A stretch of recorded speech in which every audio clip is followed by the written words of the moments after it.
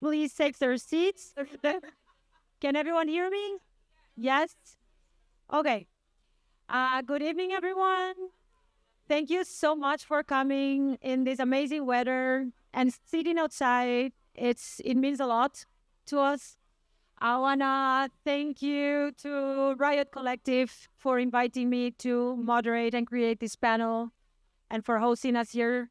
Also, the Hintergarten and El Mate.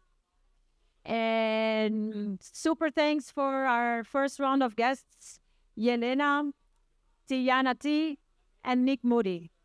Welcome. Thank you. So I'm gonna, yeah. So I'm gonna start with this quote that reflects a lot on the theme of the panel. It says, an artist's duty, as far as I'm concerned, is to reflect the times. It's by Nina Simone.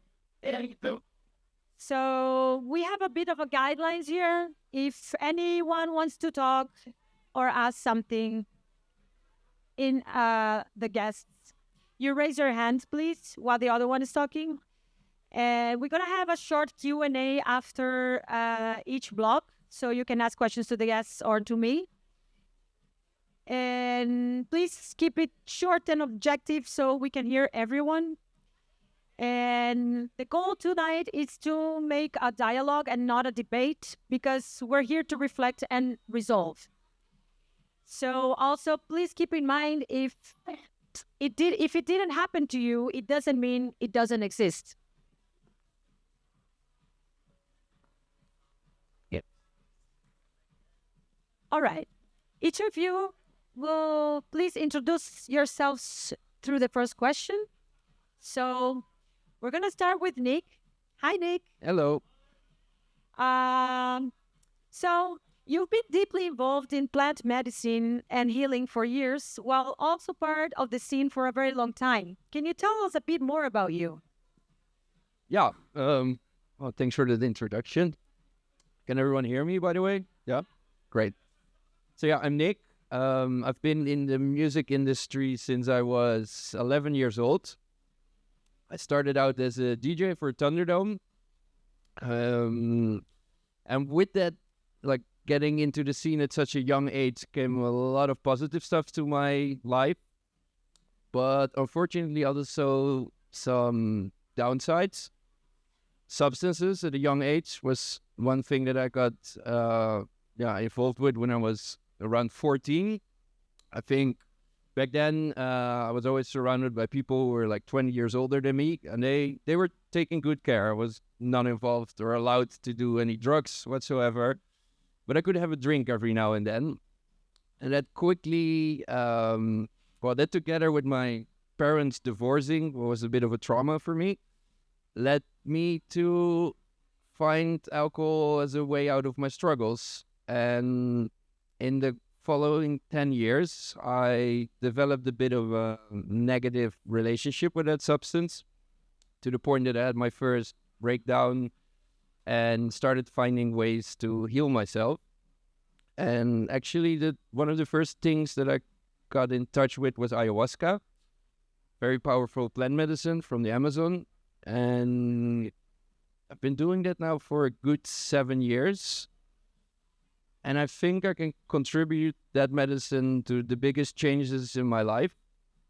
On a personal level, healing my past, but also giving me the insights, the energy, the courage, the motivation to spread that energy with the world and to be a better person. And I think that healing myself eventually also has an effect on the work that I'm doing. Next to DJing, I'm also organizing events. I do a party that's called Redan. I've been involved with clubs as well. I've worked for Lo-Fi here in Amsterdam. Been working for big conglomerates before, IDT, the promoter of Thunderdome. And no, like I said, by changing myself, I also changed my outputs and hopefully make not only myself a better person, but also the world a better place by doing so. Thank you so much. That was beautiful. And you actually introduced yourself and already answered to what I was going to ask. So let's jump to Tiana. Hi, girl. Thanks for being here. Hello. Thank you for having me. Yeah, it's a pleasure. It's exciting. So, Tiana, you're a globally recognized artist and former journalist from Serbia with a strong community voice. And can you tell us a bit more about your life and career, please? It's a long one. It's a long and complicated one. Well, yes, I was a journalist. I worked on TV and radio, and I was writing for magazines, and it was always about music and mainly electronic music, and especially in my columns, because I had a column for this like serious political magazine, basically, something like Die Zeit in Germany or Time magazine in the US. I would always have like I would try to find a connection between nightlife and music and politics, and to have this also like social aspect and social impact of what we do. But everything in my life somehow happened by coincidence. I come from Serbia. It's a very complex environment with very complicated history and history of wars and conflict. And when I was a teenager, my country was in a war, and it was under international sanctions and isolated. So basically, we survived a sort of apocalypse in our lifetime. And coming from that experience, it's kind of hard to be able to make any kind of plan for the future, because it forces you to approach life in a different way. Our history was not linear and our future was not linear. So no one ever knew how to make a plan for the next 10 years. And although my original ambition was to become a language teacher and a philosopher, this is what I was studying.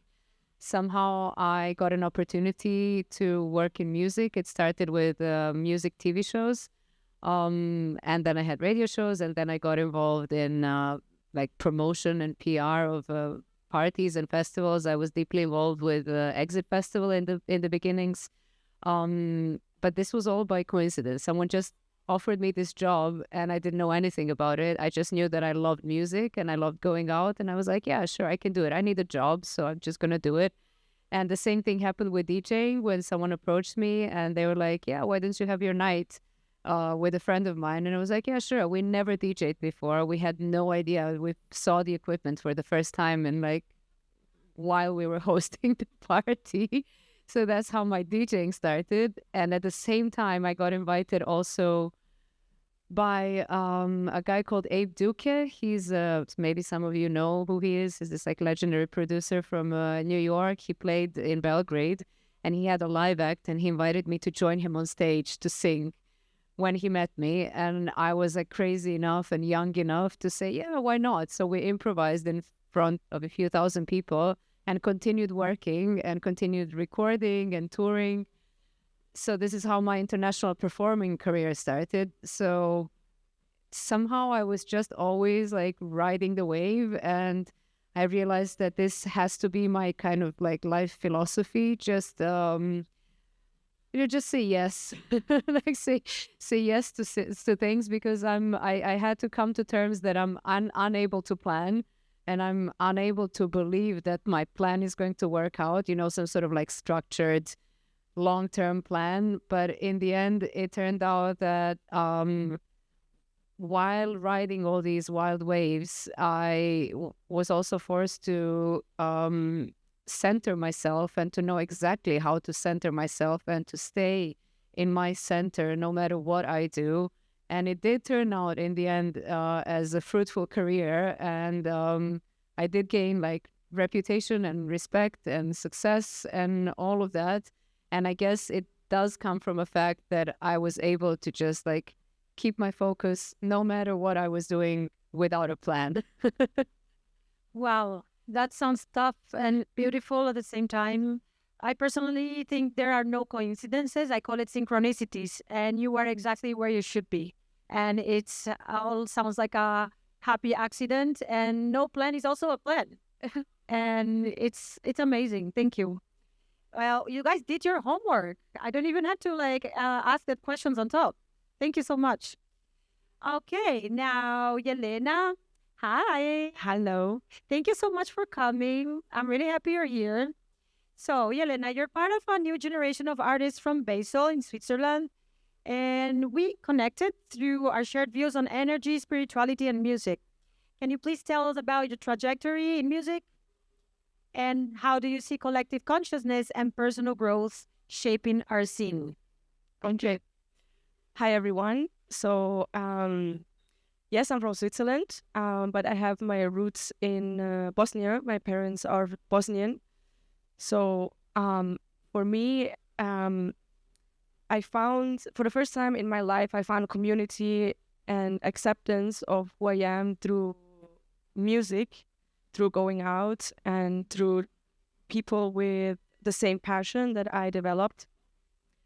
So I found about this world, and I started to go out quite obsessively, because I had so many good experiences through dancing and through the satisfaction that I experienced through the music, techno music. And so one thing led to the other, and I started to collect records, and I started to play, also just get the opportunities randomly from people that I met on dance floors.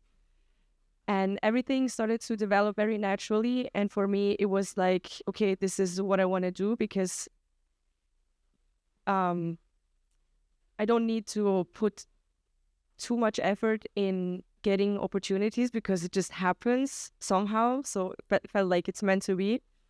I tried different creative crafts before I got into music, and it never really worked out until I started to make music.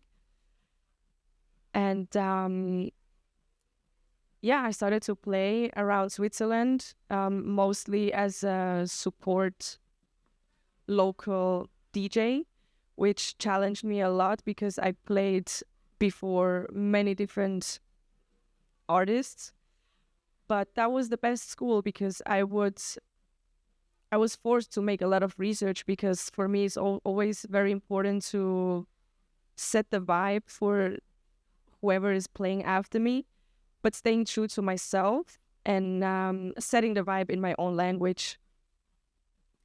And all this process just made me grow and made me expand myself somehow. Thank you. Felt like you were on the right time and the right place. And sorry that the whole introduction and the question afterwards was a bit long. So I just want to hear your thoughts on how do you see the collective consciousness and personal growth shaping our scene nowadays? So what I experienced is this sense of unity. So I would be in a room, I would go out a lot on my own, and I would just be in a room with completely strangers, but I would still feel connected with them. And I would just lock eyes and know, okay, we both feel the same. We don't know each other, but we feel the same, and it makes me happy. And that's how I expand my happiness, through just seeing happiness in others around me dancing. And I feel like this is a very impactful thing, because, for example, the scientist Joe Dispenza calls it the electromagnetic field that we have. And we raise our frequency by being happy, basically. So hearing the music that satisfies us makes us happy. So we raise our frequency, and automatically we raise the frequency of the person next to us. So I think that's how it works. Yeah, I truly believe in that as well. And despite a lot of people see parties just as entertainment, and many events are now just for commercial purposes, still has, by consequence, the effect of raising people's frequencies. So imagine the whole world with all the parties and festivals that exist, happening all in one night every weekend, it creates a collective frequency raising, and that definitely affects the planet's frequency. Like not like also like the violence also does that. So energy is energy for the bad and the good, and even if people are not aware of that, it's still happening. So next time you go to a party, keep that in mind, and it gets even more meaningful. Okay, so now we start with the first topic, which is the transformative power of music from the artist's and the dancer's perspective. We're just going to go deeper in what we're already talking. So, Jelena, now I'm going to go to Tijana because you just spoke. Sorry. Okay, Tijana, can you get a little deeper on how did in Serbia the dance floor became a refuge during the difficult times? Yes, this is something I talked to a lot in all of my interviews. And I talked about it in the times that were a bit more comfortable in Europe and worldwide, where people were not quite so aware of, wars and troubles. And it was before the pandemic. And I had the feeling that some of us coming from these troubled countries had a bit more awareness of of maybe what dance floor can be. And I always talked about this like political aspect of dancing and raving, and this is exactly what Jelena was also saying. I don't think that the political aspect is shouting around. It's more like the act of doing it, and I think just being part of this experience is already a political act in itself, because exactly for this reason you are able to experience this collective body and experience this transcendent state, which then of course affects everyone around you.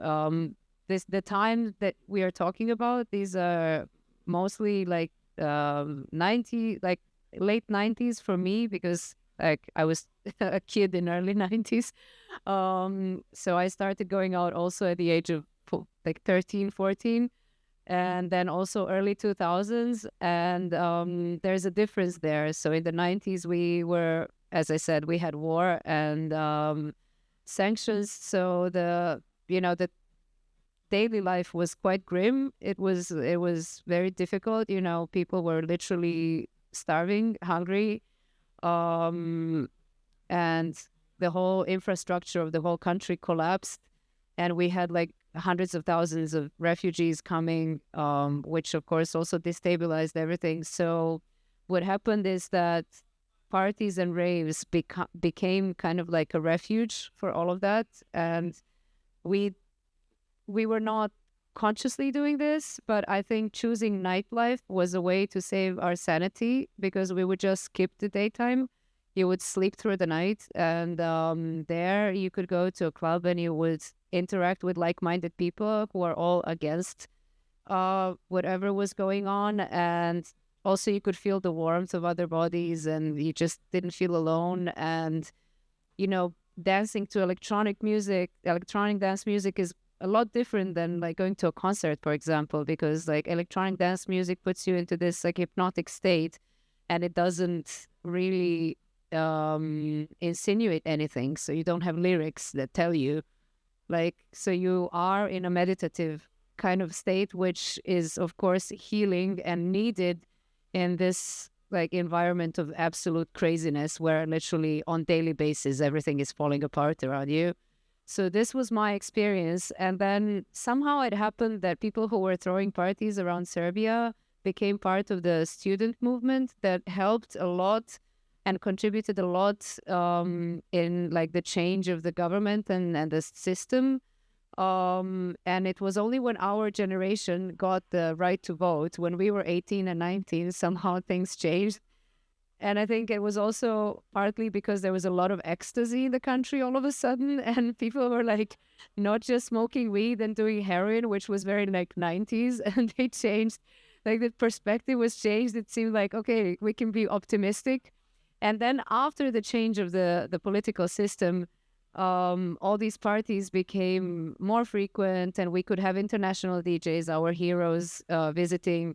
And it was part of this like celebratory period in the country where, you know, we were just like, we couldn't believe what happened, you know. It's like it's literally like you're for 10 years like locked in a basement and all of a sudden you see the daylight. So this was my experience, and I learned a lot from it, and I learned a lot about this like collective transformative power of raving. And I think even today, this is the reason why I'm part of it, because although, as you said, a lot of things have changed and it's very like commercial, somehow this experience is still the same. And no matter if it's like a commercial party, if it's like bad music, good music, whatever, I think this experience on the dance floor is still the same. And my motives, my ideas why I'm still part of this, although sometimes it's very challenging and hard, are coming from this time and what I've learned growing up. Thank you so much. That gave me goosebumps. Yeah, I really think doing this is a really big political act of resistance during all this massive oppression that the world has always been into. And it's that we see on the news that this is growing, the violence, but that's what they want to show us, because our side is also getting bigger and bigger. And the more we do stuff like this and the more events we do and the more we also connect with the younger generations, this will keep being a resistance. Yes. Yeah, I just wanted to add a few things that will give you even more goosebumps. I know of stories of guys back then who were like going to parties to escape going to war because they were sent to war. You know, they would like break into the house, like get you out of bed and send you to war. That's what was happening. And they were just like partying and like sleeping at different girlfriends, like, you know, one night stand. And the army police could never find them. And also I recently had a conversation with some of my friends who are Russian, and they are still there. And, you know, it's not easy for them because they are against their government and their life there under dictatorship is really difficult. I think people in countries like Holland have no idea what dictatorship means because you can disappear overnight if you do something against. And then they have the whole world which is against them and canceling them.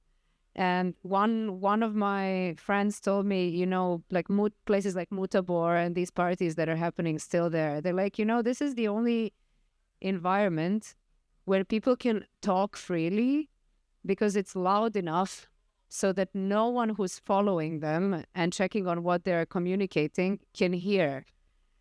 So like you have this situation where like no one is allowed to speak freely in the cafe or a restaurant or at their house or like text messages. So they go to a party that they can exchange what they actually feel, and no one will, you know, they're not gonna get punished for it. It's quite an interesting perspective. That's sick. I just realized that in the rush of starting the panel, I forgot to introduce myself. I'm sorry. I have ADHD. I'm sorry, but okay. Yeah, I was just gonna jump into that because I do know what dictatorship is. I don't remember it, but my parents went through that.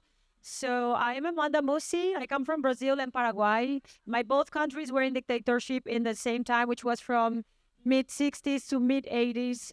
And that's when also the biggest musical and artistic movements started there. And nowadays, I'm a DJ. I'm a former graphic designer. I live in Berlin.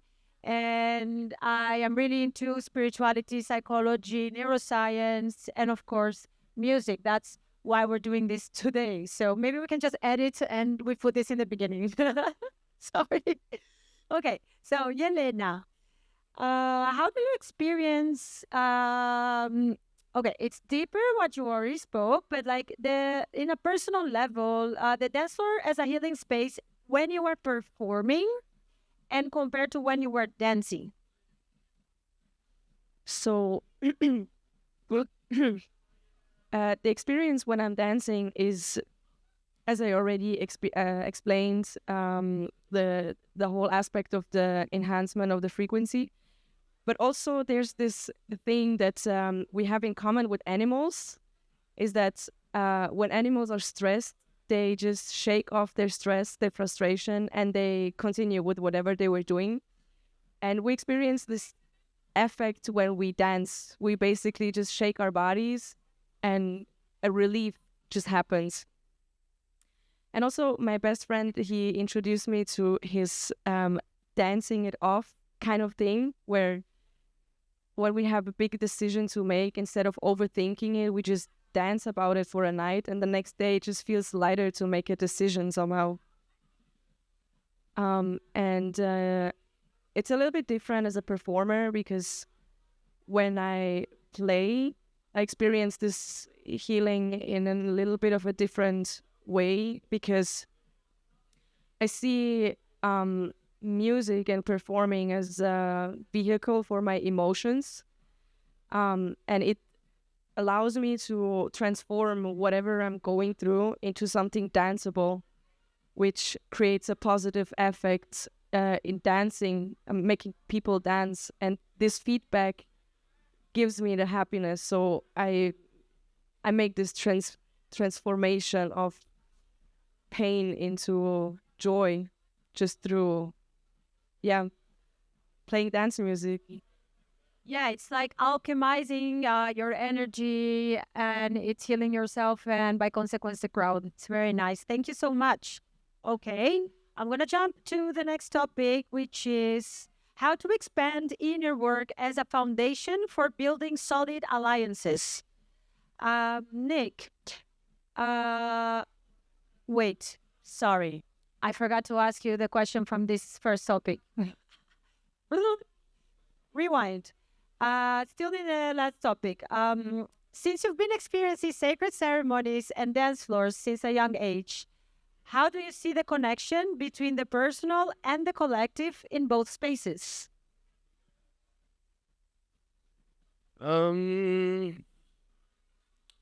Well, I think when you talk about ceremonies, that's where you really come to heal yourself.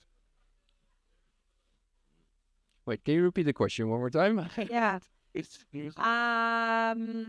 How do you see the connection between the personal and the collective in both spaces, the sacred ceremonies and the dance floors?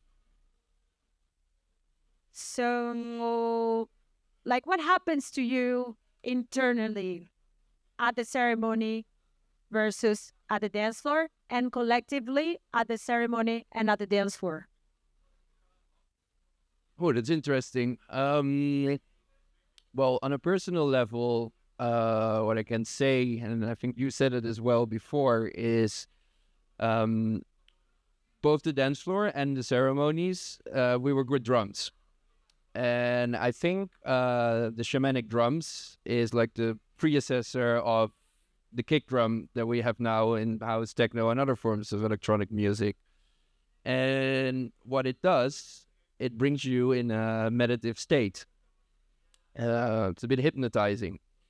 So that's what both places have in common. And what it does, like I just said, it brings you into this deeper meditative state that kind of shuts off your brain or parts of your brain, which helps other parts of your brain to come up. Or not only your brain, but can also be feelings, emotions, thoughts, things that are stuck in your subconscious, for instance.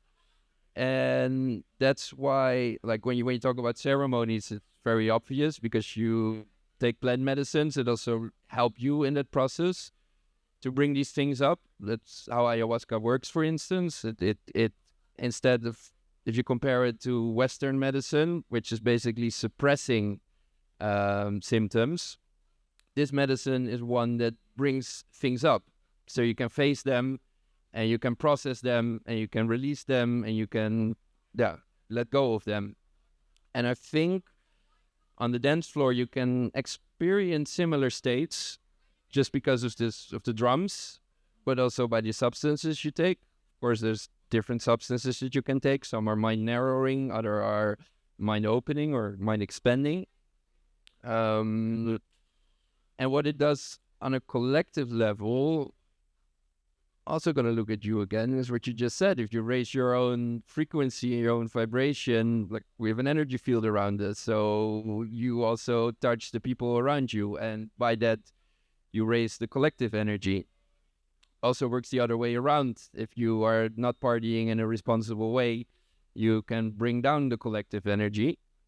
And I think the same goes for ceremonies.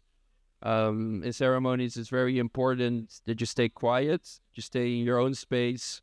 And I mean, sometimes things come up. Maybe you have to puke, maybe you have to cry, maybe you get angry, and you can allow yourself to let it go. But it's very important that you don't disturb other people in the same ceremony.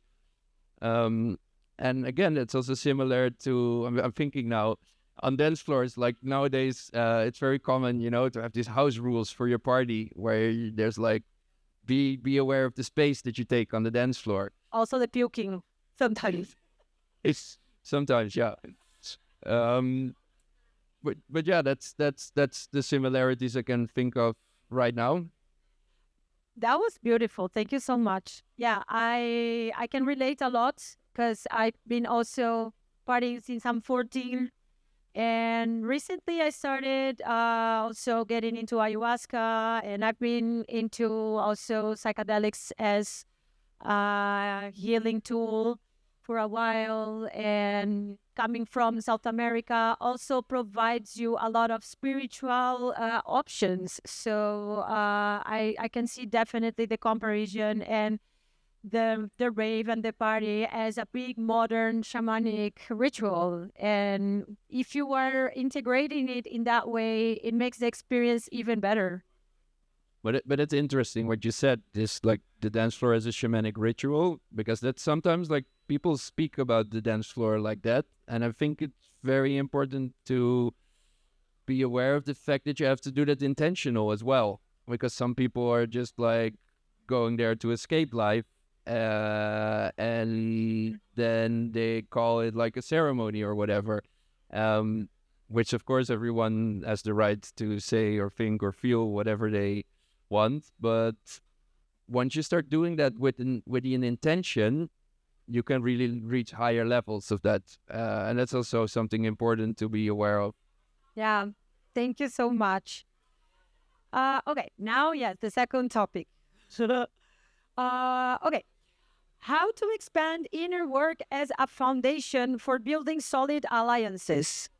So, Tijana, what is an effective way to raise awareness about inner work in our community?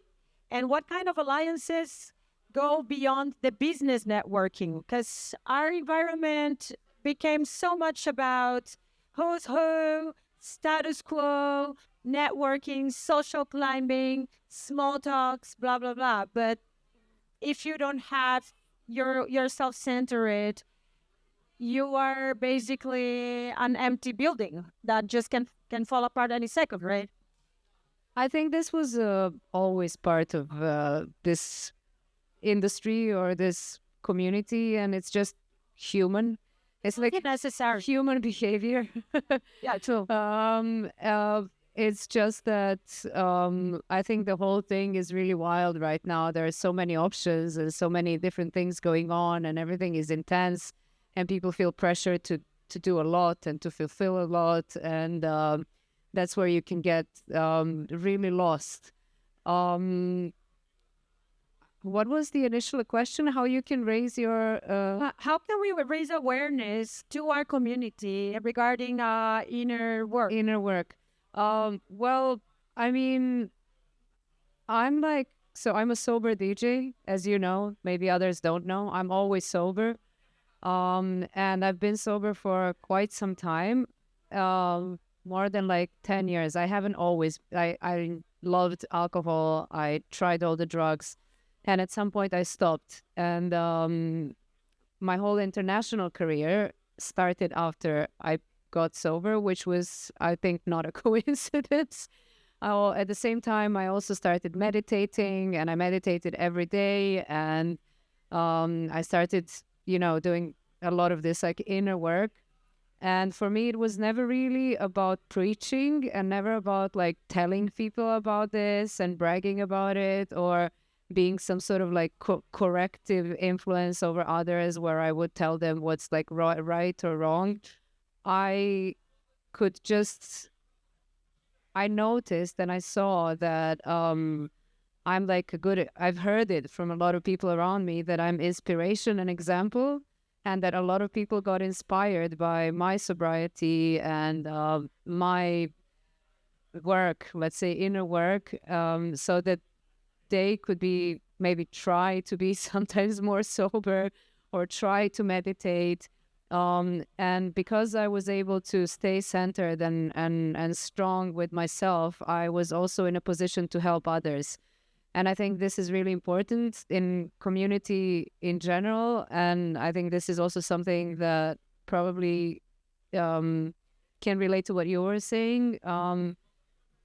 It's important to take care of others. And I think it's really important to take care of each other. In generally, like in life, I don't believe in minding your own business. I actually, I believe that like if you see that someone is falling, if you see that someone is in trouble, you should just like try and pick them up, or even like, you know, give them a good slap in the face, like, hey, come on, you know. And if you lose your center, then you're not able to do that for your friends, and you're not able to recognize or even see if there's like something problematic. So from my experience, this would be the answer to your question. I was just always, I always had enough capacity to be there for my friends, and I always had enough self-confidence to say what's up and to just, you know, notice the problems. And I wasn't scared to like talk about it or even intervene. And even if it's like on a smaller level, if, you know, someone gets lost with drugs and alcohol a little bit more, or on a collective level, when things like, you know, what we talked about started happening, you know, like the whole cancel culture thing and hating on each other and, you know, pointing fingers. I think I was like the first one who kind of like said publicly, hey, let's not do it. Like, let's maybe stop for a second and think a little bit, like think about other people's perspective, and then write something on Instagram and then jump to conclusions. And I think you can only do that, and you can kind of feel intuitively, which is always the most precise way, what's right and what's wrong in a given moment if you work on yourself and if you know, try to stay okay with yourself. Thank you. Yeah, I really believe again, like it first starts from within. So it doesn't matter if you optically, like online, you look like the biggest activist, and then all of a sudden you feel entitled to judge whose activism is better or worse. And then you become worse than the person you're trying to criticize. Like your ego is always ready to catch you from behind. So we got to be always aware and humble, and also be really careful with this cancel culture. And sometimes the people that are like getting too like doing stupid shit are the people that need the biggest comprehension and also empathy. You know, of course there are limits, but it's like I always like to compare it how society behaves, because our scene it is like a miniature of the society. We put them in these invisible jails, and what does jails does to people? Do they come out better after jail? No, they come out worse. You know. I think, I mean, I always joke about it because the same people who would post all cops are bastards are policing each other. So I think it's really okay not to be policemen, because we are not that. We are not paid for that. That's not our purpose in life. So we should not be policing each other, because like what gives any one of us a moral or ethical right to judge others? And I mean, the situations that we're all talking about here are so complex, and they're really part of like a much bigger picture that I think people from our culture, from like music, electronic music, dance music scene, should chill the fuck out. because already like doing parties and being on the dance floor is a political act in itself. And we are not going to save the world. I mean, we can contribute a little bit, but like, it's the ego, as you said, the ego has to chill a bit. It's not. Exactly. Thank you. Okay. Now I'm gonna jump to Nick. Actually, how do you set your intentions when you play or promote events, and how does that connect you with the community? Oh, interesting. Well, let's start by defining what an intention is. If we talk about intentions in ceremonies, it's basically the question or the thing you need or want help with. And I always compare it by, like, you can go to a doctor and tell the doctor, like, hey, there's something up with me. Or you go to the doctor and you tell it, like, hey, listen, there's something with my wrist. Or the second thing will help you a lot more with your doctor's visit. And the same with intentions in spiritual ceremonies. And since I got used to that, for doing it for the ceremonies, I also wanted to bring it into the work that I do as a DJ, but also as a promoter. And I actually struggled quite a lot to find the right intention, because in a ceremony, you come with a problem that you have been carrying with you for a long time, or something that has been happening now, but it's always something different. And that's not the case when you go to a gig to DJ. Like, you don't always have a specific intention for that moment. So actually, I got the intention for DJing in an ayahuasca ceremony. There was this moment where I was like puking and purging a lot, and at some point my whole body started to cramp. It's like my arms got like to my chest, and I really had to like break myself open. I was like laying on the floor, breaking my arms open. I had to open up my fingers. And once I was like laying there fully open, I got this vision, which was like, life is all about energy. Energy needs to flow. And then suddenly I made that connection with DJing as well. I was like, yeah, that should be the intention always for my musical work, is to let my energy flow, and with that, connecting with my energy to the energy of the people in front of me, the crowd, but also doing that for the people on the dance floor, like making it able for them to let their energy flow. So my DJing intention is connecting with the crowd, is letting my energy flow, whatever that energy is at the moment. And I always try to come with good energy. I've also been playing sober for a long time now, and I always have a little ceremony before I go to a gig, which is meditating. Sometimes I work with plant medicines like rapé, or I take a little microdose of mushrooms, just to get myself into that state of having positive energy before I connect with the crowd. And I think that's very important, because if you think of substances that are also very common in the DJ booths, like alcohol or cocaine, we all know what that does to you. It doesn't make you a better person. It disconnects you, indeed. It narrows your mind. But then imagine how many DJs are actually under the influence of those substances in the DJ booth, connecting with the crowd, sharing that energy with the crowd. And someone told me that. I was like, fuck, yeah. So that really opened my eyes and led me to set my own positive energy before a DJ.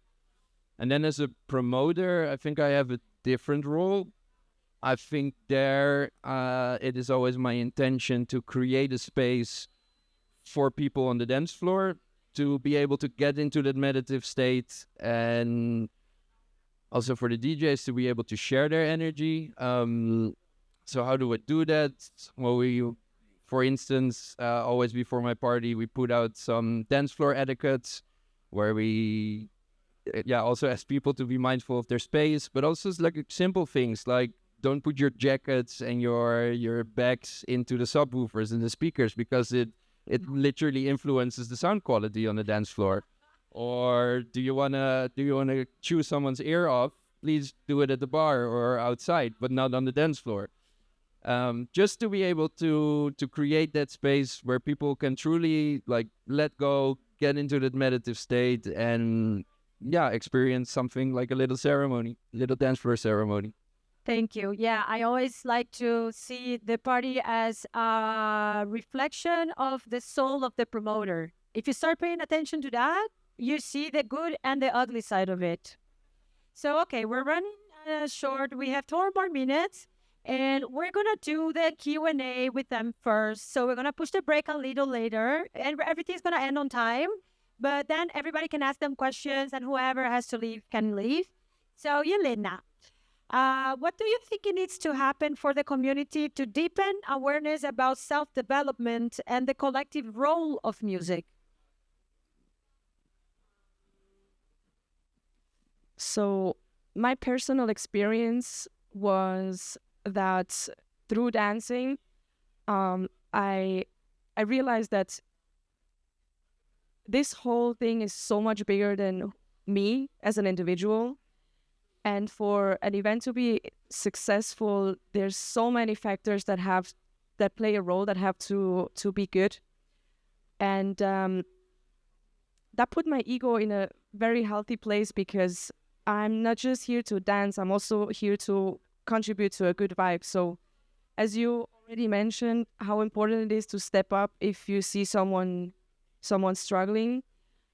But also I feel like our voice can also be used to improve other artists. So for example, if I have a good relationship with a promoter, why not recommending someone I just discovered, or tagging artists I played music from when I posted on Instagram, or just sharing track lists, just sharing or raising the awareness of other talents as well that might bring something good to the table.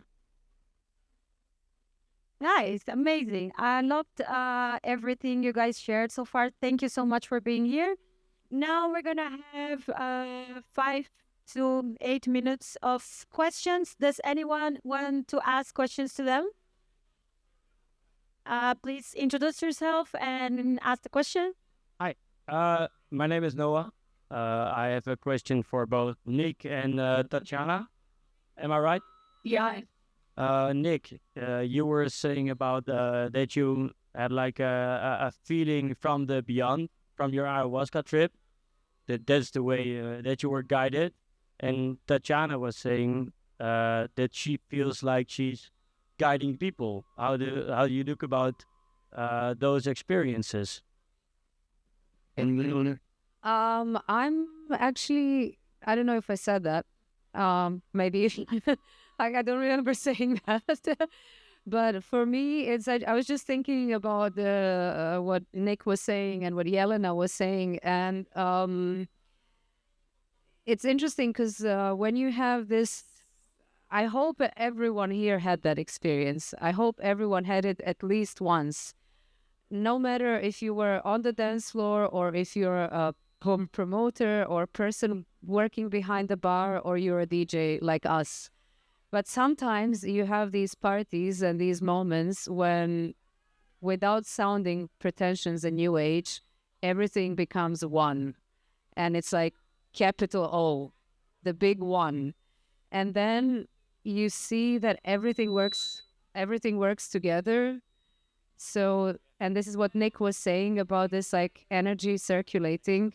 It's basically like energy from the dance floor going into the space, and I mean the space around us or the venue, and then going back to the DJ. And the DJ's job is to process it and to put it back, and it goes like both ways. And somehow, you know, the lights and the sound and the dance floor and the DJ and the music, it all becomes this like one thing, and it's kind of like one unified field where even you as a DJ totally lose yourself without substances. So you're like, I had these experiences, and I was lucky enough to experience it. And I had an experience that you guys both had. Yeah, I had the feeling that drugs or an ayahuasca trip. No, for me it was sober. But what I wanted to say is that in these moments, I felt like it's not me who was playing the music. I don't know what it was, but it was just almost as if the music was playing itself, and I just like had hands and equipment to make it happen. But it was all somehow happening on its own, and this is the peak. This is like the epitome. This is like the highest experience you can have as a DJ or as a dancer when you feel it. It doesn't happen all the time. It also doesn't happen often. But if you experience it once, it's like a drug. You're always chasing for that. You're always chasing for that exact experience. Yeah, and I because your question, I think if I understood it correctly, was like how we have both different views or like different ways. You asked me about my ayahuasca experience, and you asked her. Yeah, because you experienced it from above, like you said, and she experienced it from herself. I was like, how do you compare that? I think that really is your word describing the same experience. No, I think, and it taps into what you just said. Like I see it a bit as a hive mind. Like when we all connect together, we become something that is bigger than ourselves. And if everyone would have like the same intentions inside, that would not really add up to it, would not make things bigger. It would amplify things. But I think that everyone has their own way of doing things and their own way, their own perspectives. If we connect them and add them all together, that's how we truly get something bigger than ourselves. By the way, all of this is not some sort of like woo-woo bullshit. It's very scientifically researched, and it's something that has to do with the biology of our mind and our bodies. And basically what happens is that our nervous systems adjust to each other. So we're like, even now we're all connected. So our nervous systems are connected, and this is how you get into this specific frequency. And this is also why the quality of the sound is important and the music is important, because certain frequencies and certain sounds also influence our brains and our bodies and our nervous systems. And that's why with certain kinds of music, this kind of experience is easier. With some other kinds of music, is a little bit hard because the frequencies are a bit ugly and they maybe provoke something that's not beautiful. But yeah, I just wanted to add to the whole thing. It's not just like this kind of spiritual, it's actually very, like, you can measure it. Like, we all know how this is happening. Thank you so much, guys. Sorry, we're running out of time. If anyone has another question, now is the time. Please keep it short. It's one question per person. Maybe you can ask the guests personally. Yeah, maybe you can approach them after they stop. They're going to stick around for 5 minutes. No, well, okay. Thank you so much. We're going to have a 15 minutes break, and we'll be back with our second round of guests.